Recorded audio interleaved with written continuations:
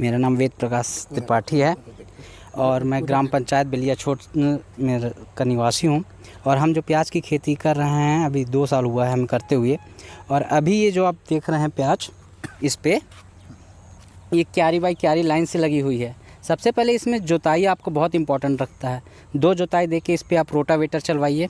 Rotavator चलने के बाद इसमें ज़्यादा से ज़्यादा वर्मी कंपोस्ट, गोबर खाद डालिए। और बीज उपचार करना बहुत ज़रूरी है। आप जब बीज अपने पौधशाला में तैयार कर लें तो उससे, जैसे ये लगा हुआ है, दूरी देख रहे होंगे, ये 8-8 इंच पे या 6-6 इंच पे हमने लगाया हुआ है। इसे लाइन बाय लाइन कतार आपको दिख रही होगी। इस पर कतार बाई कतार लगाने से ये होता है कि इसकी कंद की जो क्वालिटी है वो अच्छी आती है। ये आपके बीज के ऊपर भी निर्भर करता है कि आप बीज किस किस्म का ले रहे हैं, संकर ले रहे हैं या देसी प्रजाति आप उपयोग कर रहे हैं। इस पे आपको ज़्यादा ध्यान देने की ज़रूरत है। जो संकर वैरायटी है वो आपको कम लगेगी, देसी वैरायटी आपको ज़्यादा लगेगी। 1 हेक्टेयर में वैसे उपज इसकी हो जाती है 200 से 250 कुंटल 1 हेक्टेयर में उपज है। हमने अभी 1.5 एकड़ में लगा रखा है।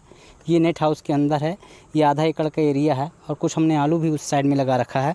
पर अभी मैंने इसको इस साल नेट हाउस में ट्राई किया है। नेट हाउस में रिज़ल्ट इसका बहुत अच्छा आ रहा है। अभी आप ओला यहाँ बहुत पड़ा है तो ओला से ये बचा हुआ है। बचा इसलिए है कि नेट हाउस है।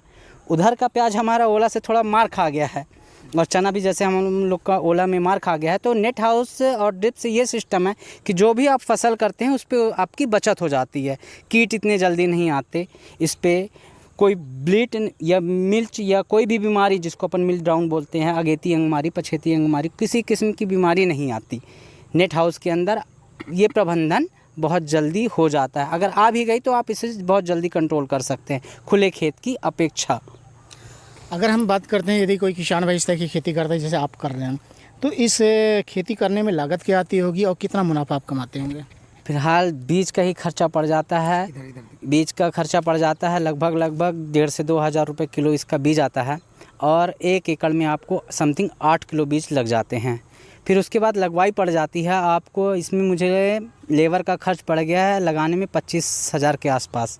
लेबर खर्च और जुताई सब कुछ मान लीजिए कि यही 45-50 हज़ार का खर्च आ जाता है आपका प्रति एकड़? हाँ, प्रति एकड़। और मुनाफा क्या मिल जाता होगा? ये मार्केट के ऊपर है। अगर आप प्याज को निकाल के, अगर आपने इसकी सुखाई अच्छी की है और कोल्ड स्टोर में रखा दिए, अभी प्याज का रेट चल रहा है 30 रुपये होलसेल में, और आप चाहते हैं थोड़ा रेट बढ़ जाए, स्वयं का प्याज है, रख लीजिए कोल्ड स्टोर में और जितने टाइम 40 से 45 आता है या 30 से 35 आता है आप निकाल दीजिए। जो भी आपका कुंटल के हिसाब से रेट आएगा आपको मिल जाएगा। इस पे मार्केटिंग बहुत ज़रूरी है कि आपको अपना प्याज कब बेचना है। अच्छा, बहुत सारे किसान भाई अलग अलग किस्म के प्याज लगाते हैं, तो आपकी किस किस्म की प्याज है? ये N932 करके एक प्याज वैरायटी आती है, उसे हमने डाला हुआ है। इसकी सर्विस ये है कि ये ज़्यादा उपज देती है, मतलब इसके जो कंद बनते हैं अच्छे बनते हैं और इसको स्टोर आराम से हम 6 से 8 महीने तक रख सकते हैं।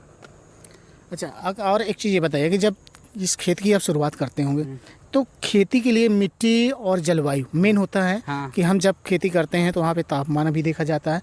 तो कितना इस खेती के लिए तापमान और जलवायु किस तरह से, किस उर्वरक आप इसमें डालते हैं? इसकी देखिए, आजकल तो मोदी जी, हमारे प्रधानमंत्री जी जो हैं, मिट्टियों का भी टेस्टिंग चालू है। सबसे पहले आप अपनी मिट्टी का चेकअप करवा लीजिए, जिसको सीधी भाषा में कहा जाए कि इसका लेवल क्या है।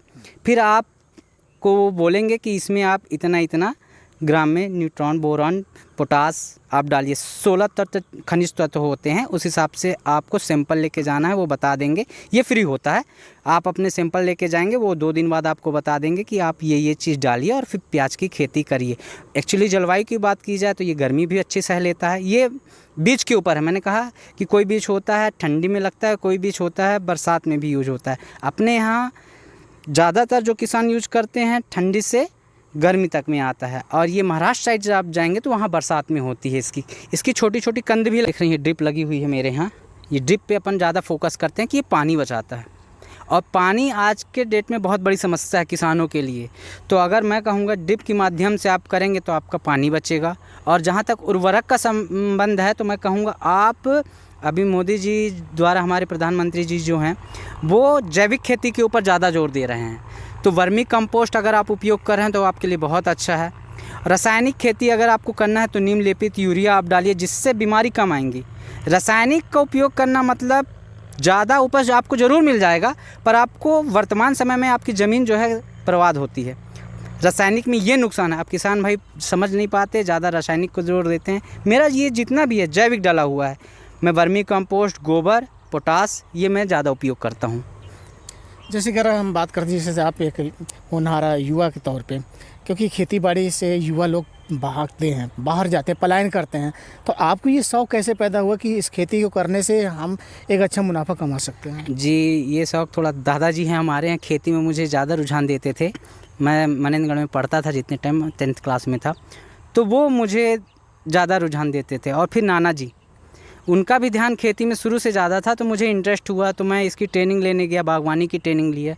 यहाँ DK बुनकर सर जी हैं कोतमा में, उन्होंने बागवानी की ट्रेनिंग मुझे दिलाई। अमरकंटक में ट्रेनिंग लेने गया, फिर मधुमक्खी की ट्रेनिंग लेने गया, तो इससे धीरे धीरे मेरा इंटरेस्ट बढ़ते चला गया। अभी आप कुछ समय बाद आएंगे तो मेरे यहाँ आपको फूल दिखेगा, गेंदे का फूल पूरा लगा हुआ मिलेगा 2 महीने बाद।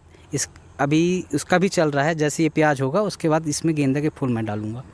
अच्छा, आप के जैसे बहुत सारे युवा बेरोजगार हैं और नौकरी की तलाश में हैं और अपने क्षेत्र को पलायन करके कहीं दूसरी जगह पे जाते हैं, उन युवा वर्ग के लिए क्या कहना चाहेंगे जिनके पास वर्तमान में ज़मीनें हैं और खेती करना नहीं पसंद कर रहे हैं? क्या उनके लिए संदेश होगा आपका? मैं तो ये बोलना चाहूँगा कि सबसे पहले वो खेती के साथ अग्रसर हों। उन्हें मालूम ही नहीं है कि हम बाहर क्यों जा रहे हैं, क्योंकि बाहर वो गए, पेमेंट ज़्यादा है नहीं, 500-600, इससे ज़्यादा पेमेंट है नहीं। आप 5-6 हज़ार रुपये बर्बाद कर देते हैं, रूम रेंट, आना जाना, इसमें बर्बाद कर। आप घर में हैं, आप खाएंगे जो वो ज़मीन से खाएंगे, और ज़मीन में आप जब मेहनत करेंगे तो आपको ज़मीन उसका 4 गुना देगी। अब वह आदमी क्या है कि वहाँ जाके मेहनत कर रहा है, पर अपने ज़मीन पे वो मेहनत नहीं कर रहा। सबसे बड़ी बात, वो ज़मीन पे मेहनत नहीं कर रहा। अगर वो ज़मीन पे मेहनत करेगा तो उसको 2 गुना से 4 गुना फ़ायदा ज़रूर होगा। अभी मुझे ही देख लीजिए, जैसे अभी मैंने प्याज लगाया हो, साथ में मधुमक्खी भी पाली हुई है, तो इसका बेनिफिट मुझे उसमें भी मिल जाएगा और इसमें भी मिल जाएगा। तो ये एक साथ 2 आमदनी मेरी हो जाएगी। आखिरी में आप अपना परिचय दीजिए हमारे युवा वर्ग के लिए और किसान भाइयों के लिए कि यदि कोई किसान भाई ऐसा काम करना चाह रहा है तो अगर वो आपके पास आना चाह रहा है तो कैसे पहुंचेगा? आप अपना परिचय, अपना मोबाइल नंबर के साथ आप बताइए। मेरा नाम वेद प्रकाश त्रिपाठी, ग्राम बेलिया छोट। मेरा मोबाइल नंबर है 7803985500। आपको मेरे पास एप्पल से लेके मधुमक्खी तक की ट्रेनिंग मुझसे मिल सकती है, अगर आप करना चाहें तो। अगर आपका इंटरेस्ट है तभी आइए, क्योंकि बिना इंटरेस्ट के देखिए हो नहीं सकता। अगर आपका इंटरेस्ट नहीं है, आप आ गए मेरे पास, देखे दाखे चले गए तो कोई मतलब नहीं है। सीखेंगे नहीं तो बनेगा क्या आपसे? तो आपको जानकारी होना बहुत ज़रूरी है। और मैं तो पहले भी बोल रहा हूँ, अभी भी बोल रहा हूँ कि आपको ट्रेनिंग होना हर क्षेत्र में बहुत ज़रूरी है। देखिए, किसी भी कंपनी में कोई भी जानते हैं कैजुअल का काम करता है, चाहे कोई भी हो, 400 से 500 रुपये ही उसे मिलेंगे, उसके हाथ में कुछ नहीं है, कोई हुनर नहीं है। पर जब आप खेती में उतरेंगे तो आपके हाथ में हुनर आएगा। जैसे मधुमक्खी पालना एक हुनर का काम है। अगर आप इसको अच्छे तरीके से सीखेंगे तो हमारे बहुत किसान भाई हैं जो कमा रहे हैं, अच्छा कमा रहे हैं मधुमक्खी से, खेती से। और मधुमक्खी के साथ मैं बोलूँगा, प्याज हो गया, फूल हो गया, आप तमाम तरीके के शोध अपना सकते हैं और आप प्रॉफिट में ही जाएंगे, लॉस में नहीं जाएंगे। ये युवा किसान हमारे वेद प्रकाश त्रिपाठी जी हैं, जो एक युवा वर्ग होने के नाते जो इनका लगाव है, एक मिसाल है, इनको सलाम है नेशन 24 न्यूज़ चैनल की तरफ से कि इन्होंने अपने उमंग को जिस तरह से बताया कि किसान अगर चाहेगा तो अपने क्षेत्र में, अपने खेतों में रह करके एक अच्छी इनकम कमा सकता है। लगन के साथ इस खेती को अपनाए, अपने परिवार को भी जीविका दे सकता है, दूसरों को भी सिखा सकता है और अपने क्षेत्र का विकास भी कर सकता है। आज की हमारे इस कार्यक्रम में इतना। कल हम फिर किसी अन्य कार्यक्रम को लेकर के ऐसे खेती बाड़ी से जुड़ी जानकारी लेके आप तक पहुंचेंगे। तब तक अपने दोस्त लतीफ़ अहमद सिद्दीकी को दीजिए इजाज़त। नमस्कार।